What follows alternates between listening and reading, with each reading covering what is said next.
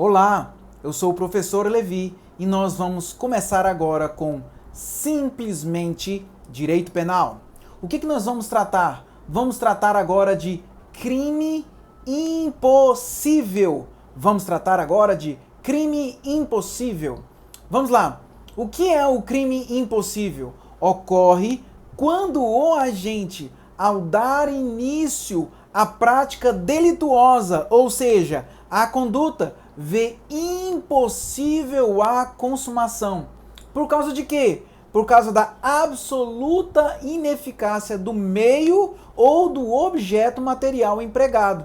Eu vou dar um exemplo aqui. Absoluta ineficácia do meio empregado para o crime. Tenta matar alguém com arma de brinquedo. Por óbvio que não vai matar essa pessoa. O meio empregado é absolutamente ineficaz. Jamais vai acontecer este resultado. Agora, a absoluta impropriedade do objeto material. O agente tenta matar alguém que já está morto.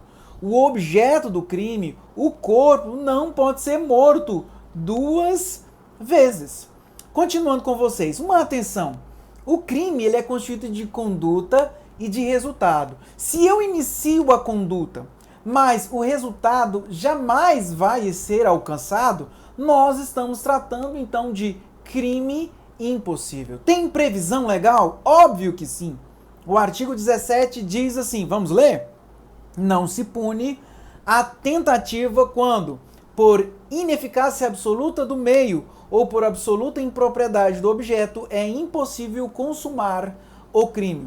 Como ele é conhecido, professor Levi, de tentativa inidônea, tentativa inadequada ou tentativa impossível. E nós temos também crime oco ou quase crime. Quais são as teorias que falam sobre o crime impossível? Lembre vocês que as teorias elas vão variar a maneira de punir aquele que pratica um fato delituoso que jamais ele vai consumar. A primeira teoria que nós temos é a teoria sintomática. A teoria sintomática. Embora a conduta seja impossível, ou seja, jamais vai ser realizado o resultado, jamais vai consumar, o agente demonstra periculosidade, devendo ser punido. Com o quê? Com medida de segurança. Nós adotávamos até 1984, mas nós não adotamos mais. A teoria subjetiva diz o seguinte: sendo a conduta subjetivamente perfeita, deve o agente sofrer a mesma pena da tentativa. Então, o crime impossível, o crime que jamais vai ser realizado, o resultado vai ser punido como tentativa. Agora, a teoria objetiva ela é o seguinte: para se punir é necessário a execução idônea, ou seja, a execução que vai realizar o crime, ou possivelmente pode realizar o crime. Agora, caso inidônea, ou seja, a conduta não vai gerar o resultado, temos configurado o crime impossível, sendo resolvido de duas formas, de duas maneiras. Nós temos a chamada objetiva pura. Não há tentativa, mesmo que a inidoneidade seja relativa, considerando-se nesse caso que não houve conduta capaz de causar lesão. Muito cuidado, a objetiva pura não pune mesmo a ineficácia relativa. O que é a ineficácia relativa? A ineficácia relativa é a ineficácia que existe possibilidade de ocorrer o crime. Óbvio também, não pune a ineficácia absoluta. Adotamos esta? Não. Nós aqui a C2, a objetiva temperada ou intermediária. O que ela diz? Não há tentativa na ineficácia absoluta quanto ao meio e quanto ao objeto. Agora, se a ineficácia do meio ou do objeto for relativa, vai ser punido como tentativa. O nosso Código Penal, ele adotou a teoria objetiva temperada ou também conhecida como intermediária. Quais são os elementos do crime impossível? Início da execução, a não consumação por circunstância alheia à vontade do agente, dolo de consumação. Agora, o resultado absolutamente impossível de ser alcançado. Esta aqui é a distinção entre tentativa idônea e tentativa inidônea. Vamos lá, a tentativa idônea tem o início da execução, não se consuma por circunstância alheia à vontade do agente, tem dolo de consumação. Agora, o resultado relativo, ainda que relativo, pode ser alcançado. Agora, a tentativa inidônea também tem início da execução, não consuma por circunstância alheia à vontade do agente, dolo de consumação, mas agora vem a diferença. Resultado absolutamente impossível de ser alcançado. Isso mesmo. Agora, a ineficácia absoluta do meio e do objeto. Vamos lá, letra A. Crime impossível por ineficácia absoluta do meio empregado.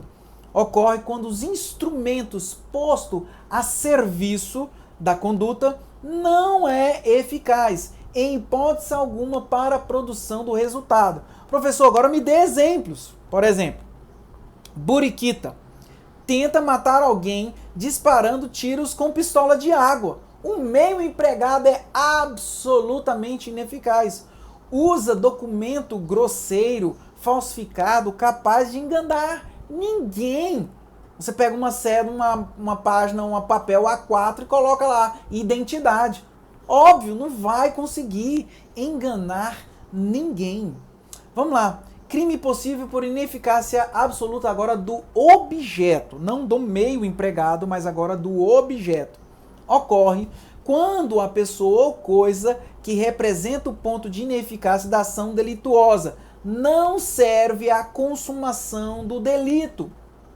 A idoneidade do objeto deve verificar tanto em razão da circunstância em que se encontra, quanto em razão da sua inexistência. Professor, não entendi nada. Vamos lá. Buriquita dispara contra alguém que já morreu. Não se mata morto. Mulher que ingere medicamento abortivo que não está grávida. Põe a mão no bolso, no qual não tem dinheiro na calça da pessoa. Não existe dinheiro na calça da pessoa.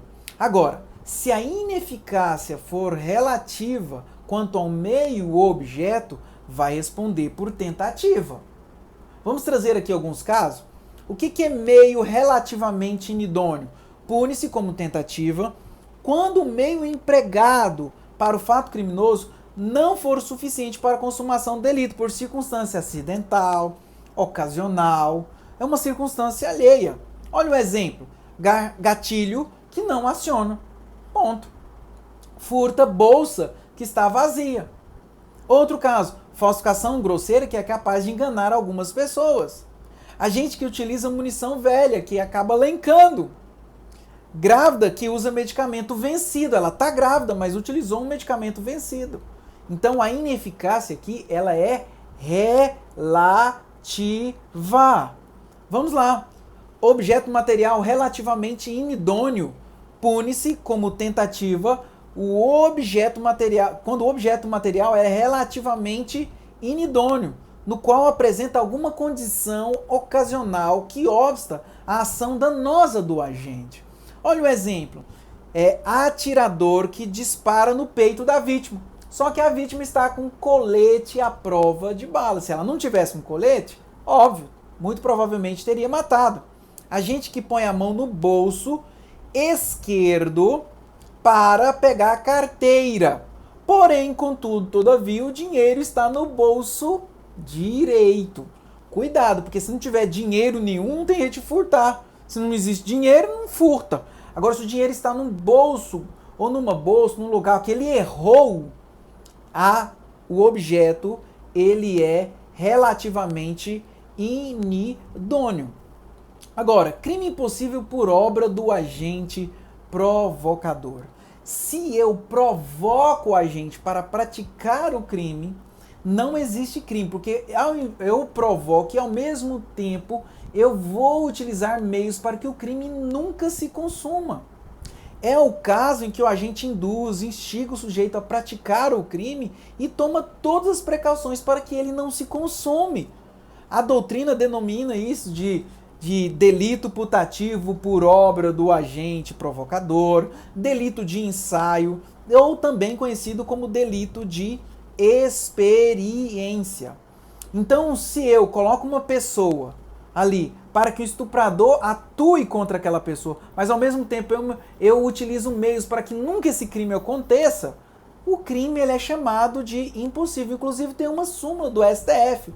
Ele diz assim, não há crime quando a preparação do flagrante pela polícia torna impossível a sua consumação. Agora tome muito cuidado, porque eu não estou falando de flagrante esperado. Flagrante esperado tem crime perfeitamente.